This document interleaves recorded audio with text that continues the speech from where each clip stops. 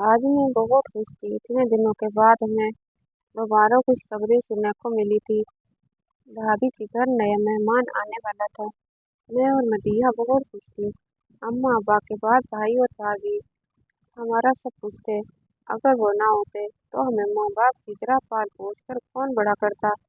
तो हम उन्हें माँ बाप का दर्जा देती थी। मैं और मदीहा भाभी की इस खुशी में बराबर के शरीक थे। मगर हमेशा की तरह भाभी ने हमें अपने कमरे में आने तक नहीं दिया। यहाँ तक कि उनके नए मेहमान की विलादत हो गई। उसके 2 घंटे के बाद हमें कमरे में आने की इजाज़त मिली। भाभी का चेहरा हमेशा की तरह ही था। उस पर कोई गैर मामूली तासुरात या खुशी के असरात नहीं थे। भाभी, आप खुश नहीं हैं? मैंने भाभी से पूछा। खुश हूँ। तुम्हें किसने कहा कि मैं खुश नहीं हूँ? वो जहर कुंद लहजे में बोली। अगर उनकी रुखाई भी मुझे बुरी नहीं लगती थी। भैया हमारा इतना ख्याल रखते कि भाभी की मार भी हमें फूल लगती थी। ये सब हमारे भाई के प्यार मोहब्बत की वजह से था। हमें बैठे हुए थोड़ी देर ही गुजरी कि भाभी ने कंबल ओढ़ लिया। जाओ, मुझे अभी बहुत नींद आ रही है, थक गई हूँ। उनकी बात सुनकर मेरे चेहरे बुझ गए। हम तो नए मेहमान के साथ खेलना चाहते थे। भाभी ने उसे भी अपने पहलू में लिटा दिया और हमें बाहर जाने का इशारा किया। अभी हम लोग बाहर जाने ही लगे थे कि मुझे हल्की सी चीख सुनाई दी। मेरे तो कान खड़े हो गए। मैं इधर उधर देखने लगी तो भाभी को गुस्सा आ गया। ये क्या मेंढक की तरह आंखें फाड़ फाड़ कर इधर देख रही हो? सुनाई नहीं दिया? अब जाओ कमरे से। भाभी की बात सुनकर मैं और प्रिया जल्दी से कमरे से बाहर आ गए। बाहर आते ही मैंने मदीहा से पूछा, मदीहा क्या ये मेरा वहम है या फिर तुमने भी कुछ चीखती आवाज़ भाभी के कमरे में सुनी थी? हाँ, मैंने भी सुनी थी। मदीहा ने भी मशकूक लहजे में कहा। तुम्हें क्या लगता है ये चीख किसकी थी? मैंने अगला सवाल किया। मुझे तो लगता है भाभी के बच्चे पर किसी जिन भूत का साया है। अम्मा कहा करती थी कि नौज़ायदा बच्चों की माँ पर अक्सर जिन्नात आशिक हो जाते हैं, फिर उनके बच्चों को अपनी दुनिया में ले जाते हैं। मदीहा ने अपनी समझ के मुताबिक जवाब तो दे दिया, मगर मुझे ये बात कुछ अजीब सी लग रही थी, क्योंकि चीख की आवाज़ इतनी वाज़ेह और ऊंची थी कि खुद भाभी को भी महसूस हुआ कि मैंने चीख की आवाज़ सुनी है, और मदीहा को भी ऐसा ही लगा था। खैर, हम लोग इस बात को भूल भाल गए, भाभी की खिदमत में मसरूफ़ हो गए। हमारी भाभी हमेशा से बेटे पैदा करती आई थी। आज उनके वहाँ पांचवें बेटे की विलादत हुई थी, इसलिए घर में खुशी का समा था। भैया आए तो ढेर सारी मिठाई लाए। हमने मिठाई मोहल्ले भर में बांटी। हमने जिस घर भी मिठाई दी, सब यही कह रहे थे कि हमीदा कितनी खुशकिस्मत औरत है, उसके यहाँ सिर्फ बेटे ही पैदा होते हैं। ये सुनकर हम भी खुश होते। उस दिन हमने पूरे मोहल्ले में मिठाइयाँ बांटी। घर आए तो भैया खुश बैठे थे। हमें देखकर भैया हमसे हाल अहवाल पूछा, तो हमने उन्हें औरतों की बातों के बारे में बताया। भाई उनकी बातें सुनकर हंसने लगे और बोले, देख लेना मदीहा और आयशा, हमारे यहाँ अगला भी बेटा ही होगा। इस बात पर चाहे तो अपनी सहेलियों से शर्त लगा लो, तुम्हारे घर में एक और भाई आएगा। भाई हंसने लगे। मैं और मदीहा एक दूसरे का मुंह देखने लगे। मुझे तो भाई की ये बात काफी गुरूर वाला रवैया लगा था, मगर मैंने कुछ नहीं कहा। उनकी खुशी में एक ऐसी बात नहीं करना चाहती थी जिससे उन्हें नागवारी हो। खैर, बात आ गई हो गई। भाभी अपने नए मेहमान के साथ मसरूफ थी और हम भी उनकी खिदमत कर रहे थे। तभी एक दिन मैं और मदीहा बर्तन धोकर अपने कमरों में जाने लगे थे कि दोपहर की तपती धूप में किसी ने दरवाजे पर दस्तक दी। हमने जाकर दरवाज़ा खोला। सामने एक फटे पुराने कपड़ों में औरत खड़ी थी। उसके चेहरे से लग रहा था कि वो दुखों की मारी है। उसकी हालत देखकर मैं और मदीहा दोनों चौंक गए। क्या हुआ अम्मा जी? आप यहाँ क्यों खड़ी हैं? कोई मदद चाहिए क्या? मैंने पूछा। तुम अम्मा जी क्यों कह रही हो? मदीहा ने सरगोशी की। देख नहीं रही, जवान औरत है, हालात की मारी है बेचारी, वक्त से पहले बूढ़ी हो गई है। मदीहा की बात पर मुझे एहसास हुआ कि वाकई उस औरत की उम्र इतनी ज्यादा ना थी, मगर चेहरे पर झुर्रियाँ थी। उसने हमारी बात का जवाब न दिया, बल्कि नजरें झुकाकर खड़ी हो गई। बोलो ना बाजी, क्या चाहिए? अब की बार मैंने उसे खुश करने के लिए ये कहा। बेटी, क्या तुम्हारे घर में किसी काम वाली की जरूरत है? उसने पूछा। मैं बहुत मजबूर औरत हूँ। मेरे पास 2 वक्त खाने की रोटी नहीं है। मेरी हालत देखो। मेरी सेहत की काम की इजाज़त तो नहीं देती, मगर हालात ने मजबूर कर दिया है कि मैं मेहनत मजदूरी करके पैसा कमाऊं। बाजी हमारे घर का तो पता नहीं है। अगर तुम खाना खाना चाहो तो हम रोज तुम्हें खाना खिला दिया करेंगे। मैंने और मदीहा ने कुछ सोचकर कहा, क्योंकि भाभी को काम वालियों से सख्त नफरत थी। उन्होंने कभी भी घर में कोई काम वाली रखने नहीं दी थी। वो हमेशा यही कहती कि घर में दो जवान लड़कियां मौजूद हैं, मैं किसी तीसरी औरत का साया भी बर्दाश्त नहीं कर सकती। आजकल की औरतों का क्या भरोसा, कब घर से कोई चीज चुरा कर ले जाए पता भी ना चले। मगर उस औरत की बात सुनकर हम दोनों के दिल में भी रहम आ गया। कहने लगी, मेरा कोई कमाने वाला भी नहीं है, मैं खुददार हूँ, किसी से मांगकर खाना नहीं खाना चाहती। अगर तुम मुझे काम दे दो तो मैं तुम्हारी शुक्रगुजार रहूंगी। मैंने सोचा भाई अपनी खुशी में हमें काम वाली रखने की इजाज़त दे देंगे।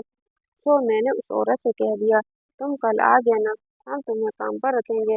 मदीहा ने मुझे मना भी किया, मगर मुझे उम्मीद थी कि भैया इस खुशी में हमें किसी भी बात से मना नहीं करेंगे। अभी उनके नए मेहमान को आए हुए 1 महीना ही हुआ था और फिर उसकी वजह से घर का काम भी बढ़ गया था। वैसे भी माशाअल्लाह 5 भतीजे पहले ही थे, उनके काम भी होते थे। मैंने शाम को भैया से बात की, उन्होंने कहा मुझे कोई एतराज़ नहीं है, तुम लोग उसे 3000 रुपये में रख लो। वैसे भी तुम दोनों कब तक घर का काम करोगी, मैंने तुम्हारी शादियाँ भी तो करनी है। भैया की बातें सुनकर आंखों में नमी आई कि लड़कियों को तो एक दिन अपने घर जाना ही होता है, रुखसत होना ही होता है। खैर उनकी इसी बात पर मैंने और मदीहा बहुत खुश हुए। अगले दिन से वो औरत काम पर आने लगी, मगर वो सिर्फ दोपहर के वक्त आती और सारा काम निपटा कर चली जाती। मैं ये देखती कि वो अक्सर गुम रहती। मैं किचन जाकर उससे कोई बात करने की कोशिश करती तो वो मुझे ऐसी तीखी नज़रों से देखती कि मैं घबरा जाती। कभी मुझसे कोई सवाल करती तो कभी कोई बात पूछती। उसके आने से हमें काफ़ी मदद हो गई थी। शाम के सारे बर्तन वो दोपहर के वक्त आकर धोया करती और झाड़ू पोछा भी करती थी। मेरी और मदीहा की मदद हो जाती। अब हम लोगों को भी दोपहर के वक्त सोने का वक्त मिल गया था, क्योंकि सारे काम वही निपटा दिया करती थी। उसने हमारी फिक्रें आधी कर ली थी। हमारे भतीजों से वो बहुत प्यार से पेश आती थी और उनका काम दिल से करती थी, तो हम लोग भी मुतमिन थे। एक दिन की बात है, मैं और मदीहा अपने कमरे में सोने चले गए। उन दिनों हमारे इम्तिहान भी करीब थे। हम लोग ज़्यादातर वक्त पढ़ाई में सब करते थे, इसलिए हमने साजिदा से कह दिया कि वो ज़रा ज़्यादा वक्त काम के लिए आया करे। साजिदा ने भी ऐसा ही किया, वो ज़्यादातर हमारे घर रहने लगी। अभी तक भाभी से उसका सामना नहीं हुआ था। उसे आए हुए 1 हफ्ता ही गुजरा था कि भाभी और साजिदा का टकराव किचन में हो गया। शायद उन्हें कोई चीज़ चाहिए थी, तभी वो उठकर बाहर आई, तो उन्होंने साजिदा को किचन में काम करते देखा। मैं और मदीहा अपने कमरे में थे जब हमने तेज तेज बातों की आवाज़ सुनी। मदीहा कहने लगी, लगता है हमारा दरवाज़ा खुल गया है। हमने भाभी से छुपकर साजिदा को काम के लिए रखा था, लेकिन वो किसी काम से किचन में गई होगी, तभी वो साजिदा से लड़ रही होगी। मदीहा कहने लगी, चलो चलकर किचन में देखते हैं कि भाभी उसे क्या कह रही है। हम लोग भी जल्दी से अपने कमरे से बाहर आ गए, मगर अब किचन से तेज आवाज़ों की बजाय चीखें बुलंद हो रही थी। मेरा तो दिल दहल गया। हम दौड़े हुए किचन में पहुंचे तो भाभी भी रो रही थी, जबकि साजिदा के पूरे वजूद को आग ने अपनी लपेट में ले रखा था। वो चीखें मार रही थी। हमारी समझ में कुछ न आ रहा था कि क्या करें। भाभी की खुद के हाथ पांव फूले हुए थे। बोली, साजिदा बहुत परेशान थी, उसने परेशानी में आकर खुद को आग लगा दी है। मैं इसी बात पर उससे लड़ रही थी कि वो खुद को नुकसान न पहुंचाए, मगर उसने मुझे धमकी दी थी कि अगर मैंने उसके करीब आने की कोशिश की तो वो अपनी मौत में मुझे भी शामिल कर लेगी। कुछ करो। हम दोनों तो बच्चियां थी। उस वक्त हम दोनों की उम्रें 20 साल से ज्यादा नहीं थी। भाभी शादीशुदा तजर्बाकार औरत थी। उनको इस तरह हिम्मत हारता देखकर हम भी परेशान हो गई। हमसे कुछ न हो सका। थोड़ी देर में पड़ोसन भागकर आ गई। उसने कुछ बच बचाव किया और साजिदा को अस्पताल लेकर गए। अस्पताल में साजिदा ने जिंदगी और मौत की कश्मकश में दम तोड़ दिया। हमें उसकी जिंदगी खत्म होने का बहुत अफसोस था। हमने उसे खुद काम पर रखा था। काश हमें पता होता कि वह दिल से इतनी परेशान है। तो हम कभी भी उसको यूं अकेला न छोड़कर आते। वो तो खुशबाश दिखती थी। जब से हमने उसे काम पर रखा था, वो काफी बेहतर नजर आने लगी थी। मगर उसने यूं अचानक ही अपनी जान ले ली। हम तो सोच भी नहीं सकते थे। खैर मैं और मदिया पीछे घर के कामों को बराबर बांटकर करने लगे। हमें अब इम्तहानात की तैयारी भी करनी थी और इस मुश्किल में हमें साजिदा की याद बहुत आती। उसकी मौत का अलमिया याद करके तो आंखों तले अंधेरा छा जाता। इसी तरह दिन गुजरने लगे। 2 महीने गुजरे। हमारे इम्तहानात हो गए। भाभी फिर से उम्मीद से हो गई। अब की बार भैया बहुत खुश थे और भाभी को फोन जमीन पर न टिकते। भैया कहते, शर्त लगाकर कहता हूँ, इस बार भी बेटा होगा।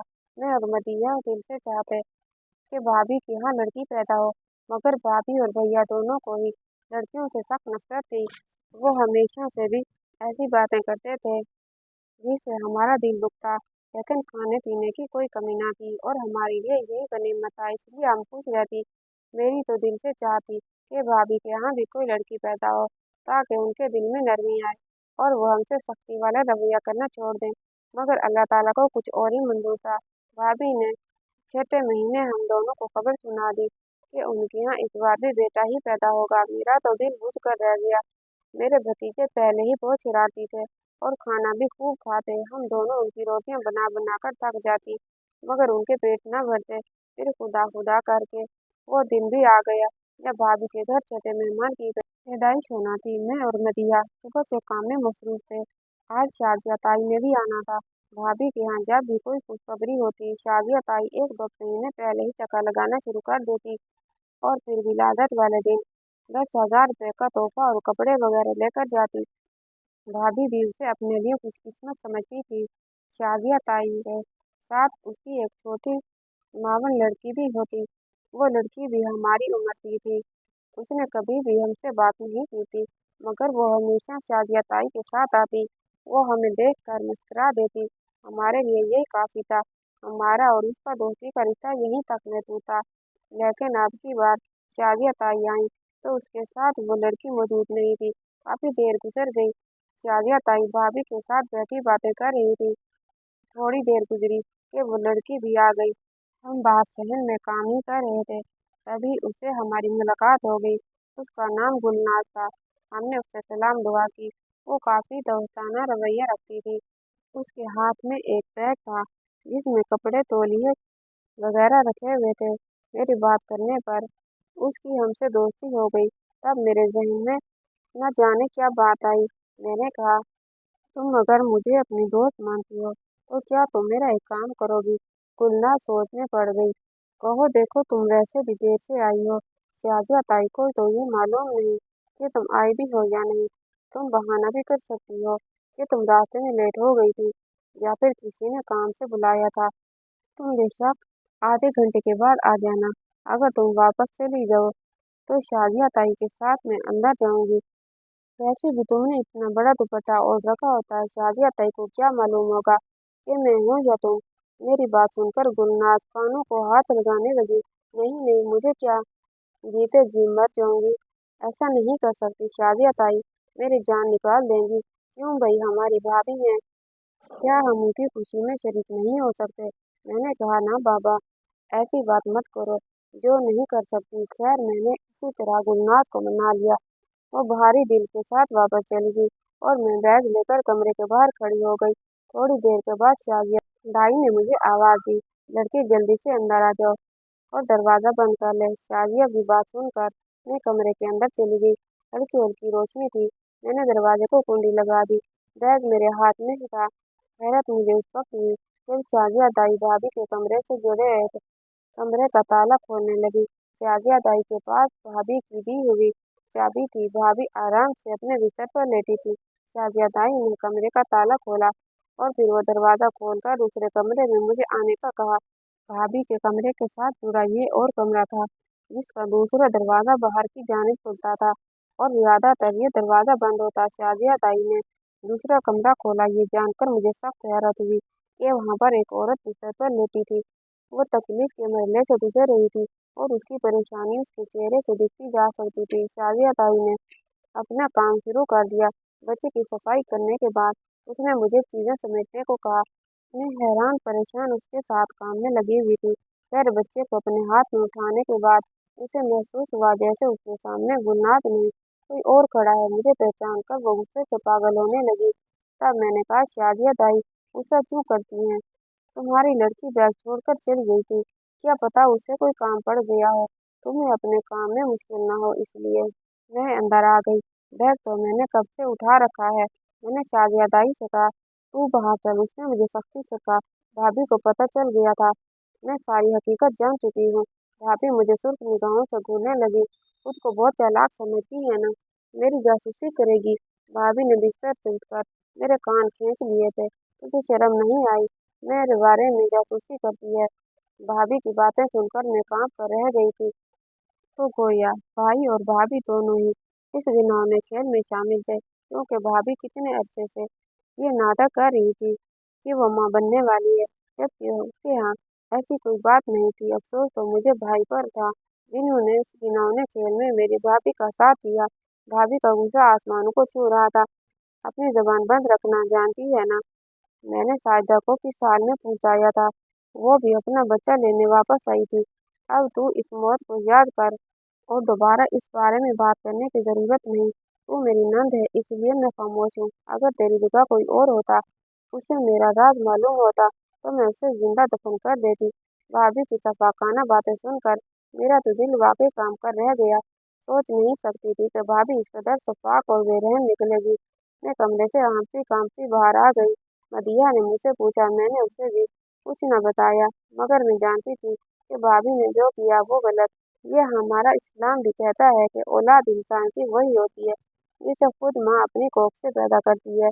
भाभी भला इस काम की दूसरी औरतों को पैसे देती, मगर कोई औरत अपनी औलाद को अपनी खुशी से खुद से जुदा नहीं कर सकती। और शायद ये तो भाभी को मालूम नहीं, क्योंकि उसने खुद की औलाद कभी पैदा नहीं की।